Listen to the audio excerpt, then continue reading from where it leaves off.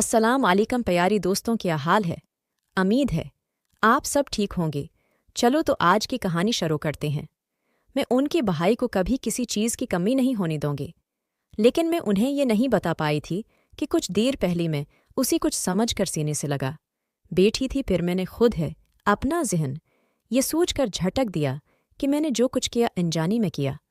कहीं न कहीं मुझे अंदर ही अंदर शर्मिंदगी ज़रूर महसूस हुई थी। मेरे शौहर को शादी पर भी दफ्तर से छुट्टियां नहीं मिल सकी थी, उसीलिए वो अगले दिन से नौकरी पर जाने लगी थी। सुबह जाने से पहले उन्होंने मुझे बताया था कि शबीर सारा दिन घर पर रहता है, क्योंकि उसकी नौकरी का कुछ मुसैला चल रहा है। वो चली गई तो मैं घर की ही कामों में मसरूफ़ हो गई। तकरीबन 11 बजे के करीब शबीर उठकर अपने कमरे से निकला था। मुझे देखकर उसने फ़ौरन अदब से सलाम किया तो वो खुश होकर कहने लगा, वाह, अब तो मुझे आपके हाथ का नाश्ता मिलेगा। वो मेरे पीछे है बावर्ची खाने। मैं चला आया और मुझे ऐसा महसूस हुआ जैसी उसकी नज़रें मुझ पर जमी हों। मुझे फ़ौरन रात वाली बात याद आई तो मुझे शर्म भी महसूस हुई। उसीलिए मैंने उससे नज़र मिलाने की कोशिश नहीं की और उसका नाश्ता बनाकर टेबल पर रख दिया। वो उसरार करने लगा कि भाभी मेरे साथ बैठकर नाश्ता करें, तो मैं उसके साथ बैठ गई। वो खुद है यहाँ वहाँ की बातें करने लगा। गज़री रात की कोई बात उसने नहीं धराई थी, उसीलिए मैंने भी वो बात फैला दे।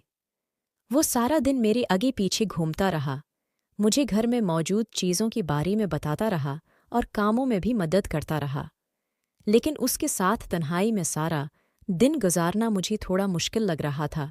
कभी ऐसा लगता जैसे वो मेरे अंदर झांकने की कोशिश कर रहा हो, तो कभी मैं खुद ही बहुत अजीब सा महसूस करने लगती। लेकिन फ़िलहाल मेरे पास उसके सिवा कोई चारा नहीं था, उसीलिए मैं उसके साथ दिन गुजारने लगी। मेरे शौहर मुझसे बहुत खुश थे।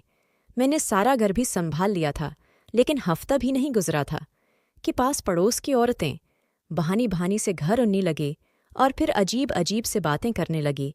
उनकी बातें सुनकर मुझे घबराहट होने लगी थी। उन सब का यही कहना था कि मुझे जल्द से जल्द अपनी दियोर की शादी करवा देनी चाहिए। मेरे दियोर के हवाले से उन सब ने ऐसी अजीब अजीब बातें बताई थी कि मेरे लिए तन्हा अपनी दियोर के साथ रहना मुश्किल हो गया था। उसीलिए मैंने मौका देखाकर अपने शौहर से बात की कि हमें शबीर की शादी करवा देनी चाहिए। इस तरह मुझे भी किसी का साथ मिल जाएगा और शबीर की तन्हाई भी ख़त्म हो जाएगी। वो कहने लगी, अगर कोई लड़की तुम्हारी नज़र में है तो मुझे कोई एतराज़ नहीं है, मगर सारी बात यह है कि एक तो शबीर का कद छोटा है और फिर उसकी सही नौकरी भी नहीं है। कभी वो काम करता ही तो।